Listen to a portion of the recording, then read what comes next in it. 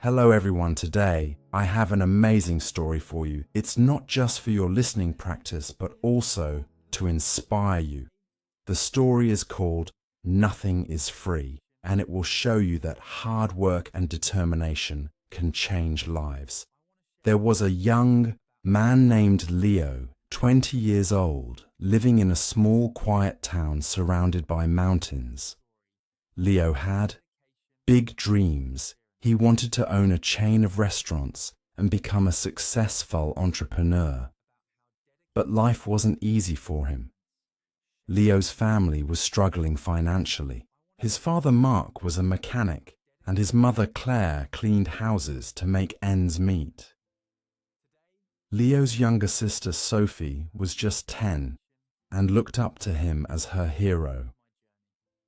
One cold evening, Leo sat outside his small house staring at the stars. He whispered to himself, "I want to give my family a better life. But how do I start when we barely have enough to survive the next day?" Leo shared his dreams with his father. Mark sighed and said, "Leo, dreams are not free. If you want something, you have to fight for it. Start with what you have, even if it's small." Leo thought deeply about his father's words. Then an idea struck him. He noticed that in his town, people loved fresh bread, but had to travel to a bakery far away. He decided to start selling fresh bread locally. But there was a problem. Leo had no money to buy the bread. He decided to take a chance and approach the bakery's owner, Mr. Anderson. Leo walked miles to meet Mr. Anderson, a grumpy old man who rarely trusted anyone with confidence. "Leo," said Mr. Anderson, "I want to sell your bread in my town, but I don't have money to buy it up front. Can you trust me for 1 week? I will sell the bread, return your money, and keep a small profit." Mr. Anderson raised an eyebrow. "And why should I trust you, young man?" he asked. Leo replied firmly, "Because I am determined, and I will work hard to prove myself." After a long pause, Mr. Anderson said, "All right, I'll give you bread for 1 week if you fail to pay me back. Don't bother coming here again." Leo was thrilled. Early the next morning, he carried the bread back to his town and set up a small stand near the park. He greeted every passerby with energy and a smile, saying, "Fresh bread, warm and delicious." At first, people were hesitant. They didn't know if the bread was good. But Leo offered free samples and soon had his first customer. By the end of the day, he had sold all the bread and made a small profit. That evening, he returned to Mr. Anderson and paid him back. The old man nodded and said, "You kept your word, come back tomorrow." From then on, Leo worked tirelessly. He woke up at 4 a.m., walked to the bakery, carried bread to his town and sold it with passion. After 2 months, he had saved enough money to buy a small cart, making it easier to transport more bread. One day, a customer suggested, "Leo, why don't you bake your own bread? You're good at selling, but if you bake, you'll make more profit." This idea excited Leo, but it also scared him. He had never baked anything in his life. This was the moment where Leo realized nothing is free. Not success, not knowledge, not growth. If I want to succeed, I must take risks and learn. Leo couldn't stop thinking about the idea of baking his own bread. If he could bake, he wouldn't have to rely on Mr. Anderson, and his profit would grow. But there was one big problem: he didn't know how to bake. Leo decided to ask Mr. Anderson for help the next morning after delivering his payment. Leo said, "Mr. Anderson, can you teach me how to bake?" The old man frowned. "Why should I teach you?" If you bake, you won't buy from me anymore. That's bad for my business." Leo looked at him and said, "You're right, but I won't forget the man who gave me my first chance. If I succeed, I'll make sure to help your bakery too." Mr. Anderson thought for a moment, then said, "Fine, but baking isn't easy. It takes time, patience, and hard work. If you're ready for that, I'll teach you." The lessons began early the next morning. Leo arrived at the bakery at 3 hours a.m. Before the sun was up, Mr. Anderson showed him how to mix flour, knead the dough, and bake it perfectly. At first, Leo struggled. His hands hurt from kneading, and his bread came out too hard or too soft one day after ruining another batch of bread. Leo sat down. Feeling defeated, he said to himself, "Maybe I'm not good enough for this. Maybe I should give up." But then he remembered his father's words. Dreams are not free. He realized that every mistake was teaching him something new. Giving up was not an option. The next day, Leo went back to the bakery with even more determination. He practiced every single step. Carefully, slowly, his bread started improving. After 2 weeks, Mr. Anderson handed him a loaf and said, "This is perfect, Leo. You're ready." Leo was overjoyed. He rented a small oven and began baking bread at home. His family was amazed by his hard work. Sophie, his little sister, helped him pack the bread, and his mother made tea for him while he worked late into the night. Soon Leo wasn't just selling bread. He started making cookies and pastries too. People in the town loved his products.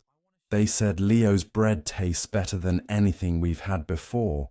But success wasn't easy. One day, a new bakery opened in the town, run by a young man named Eric. Eric had a big fancy shop with colorful signs and decorations. People were curious and started buying from him. Instead, Leo noticed his sales dropping. He felt scared. What if he lost everything he worked so hard for?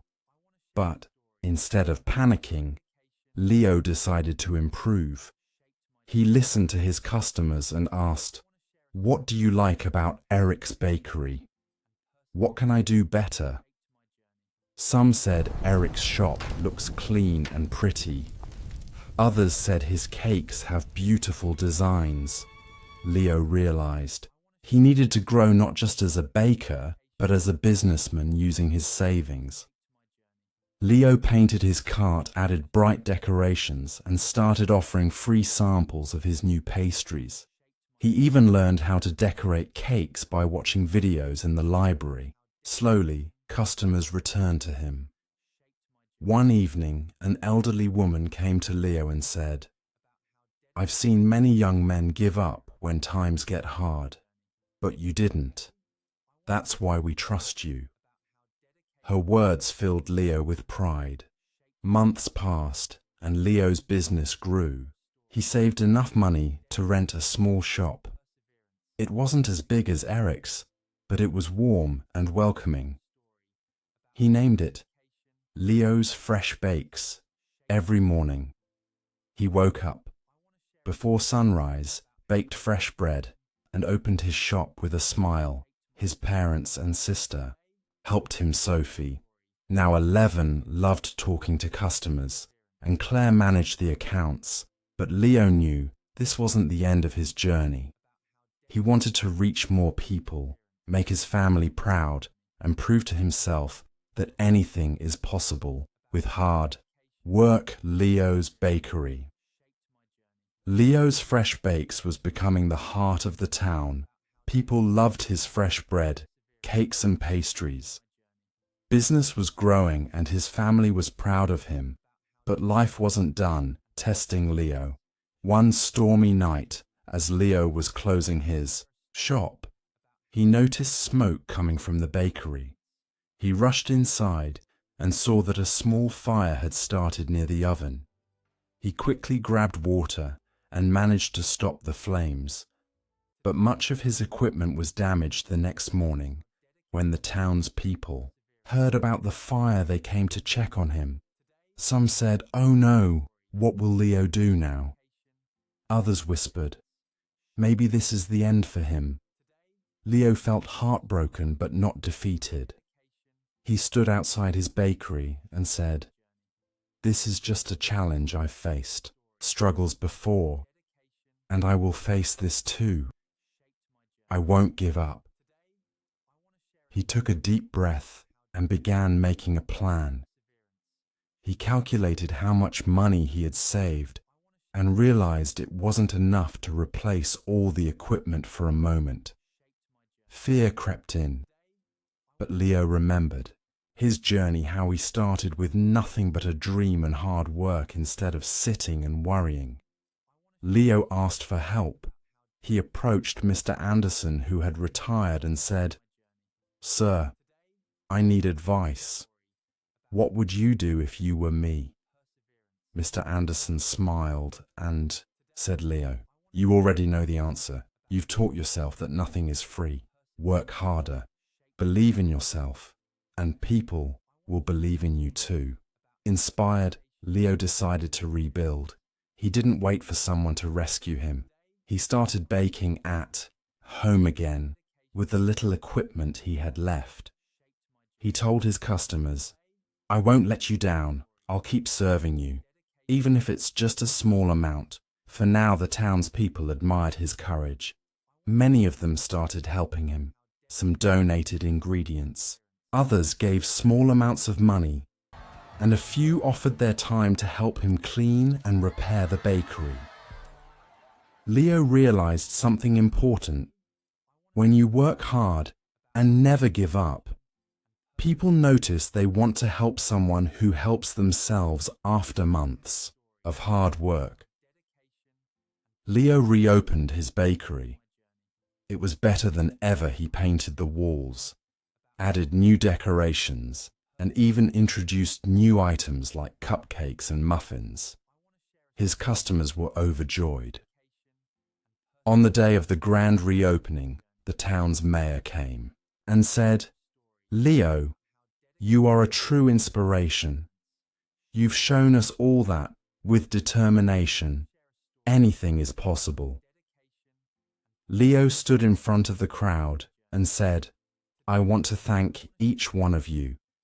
You've taught me that nothing in life is free. Not success, not respect, not love. Everything must be earned with hard work, patience and persistence.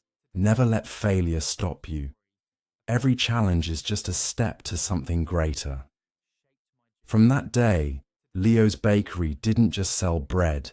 It became a symbol of hope. People from other towns started visiting to meet the young man who never gave up. Leo's story teaches us that one, dreams are not free. They require hard work and sacrifice. Two, failure is not the end.